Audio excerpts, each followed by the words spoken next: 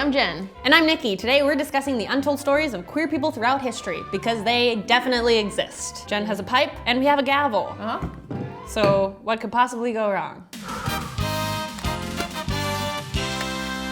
Today we are talking about the American treasure, Eleanor Roosevelt, who is rumored to have had relationships with both men and women. Lots of rumors, lots of stories. We're gonna get into it today. What do you know about her? I know she was married to Theodore Roosevelt.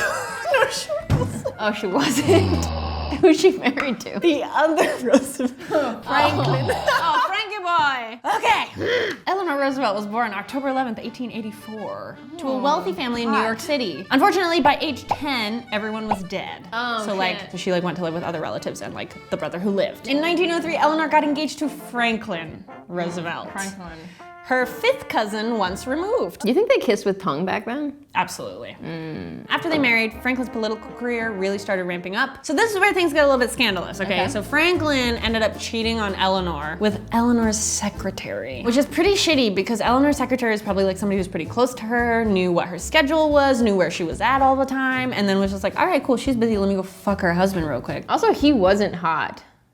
Just you're really gonna risk your career for someone. It's I hope they're hot. And not racist. He didn't check either one of those boxes. So Eleanor first found out about this, she was like, fuck this, let's get divorced, because she was not down for it. But as you know, divorce when you're in the political limelight, that's bad. It can end your career, you have bad press, people think differently of you.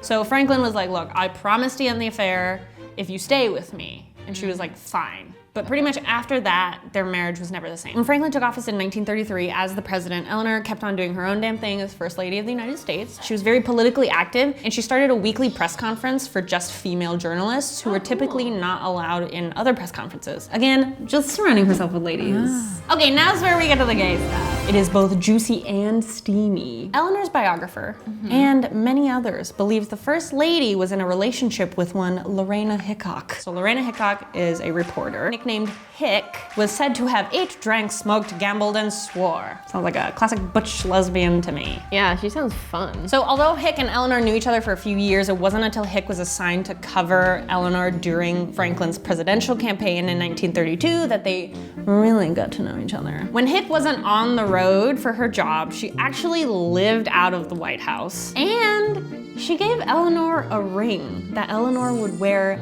publicly. That sounds gay. The fact that Hick lived in the White House and gave her a ring and no one thought anything of it, no one was ever like, oh, I wonder if those two are just fucking each other.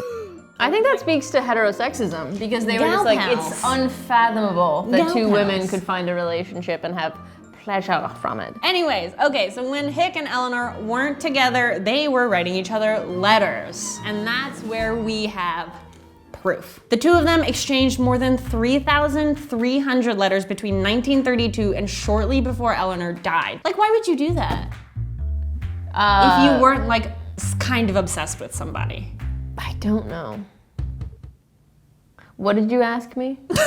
So these letters they were exchanging, are they romantic in nature?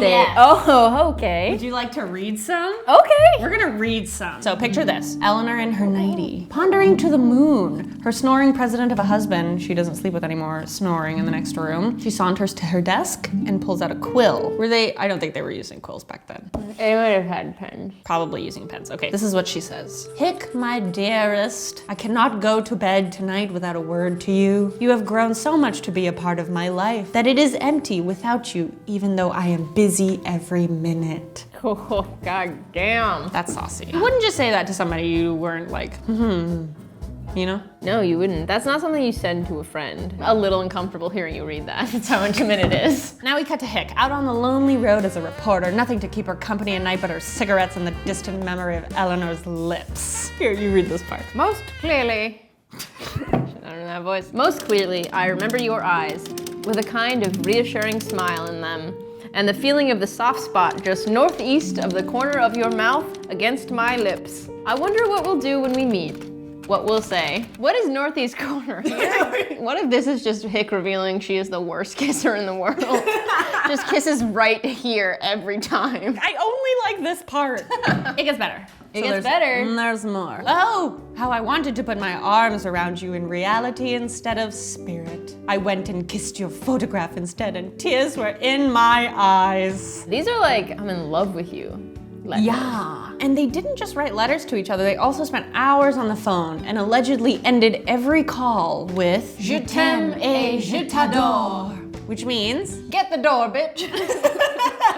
No, that means I love you and I adore you, Aww. which is very sweet. That is really sweet. They had very sweet feelings towards each other. So it's pretty clear Eleanor was into women, at least this woman can confirm. As for Franklin, he died in 1945. And sadly, Eleanor and Hick's relationship also ended. We're not sure by how or why. It's not out of the realm of possibility too that they just like drifted apart, couldn't spend time together, found other lovers. After Franklin died, she joined the United Nations General Assembly after an appointment from President Truman. And several times during her life, she was voted world's most admired woman. So she was an honored and admired lady. So again, probably why she couldn't be like, I like boys and girls. So we learned something new today that they don't teach you in the history books. I mean, that's pretty cool. There was like a powerful queer woman running shit and falling in love. In the White House. Yeah, years and years ago. Ladies have had sex with each other in the White House. That's my favorite fact about the White House.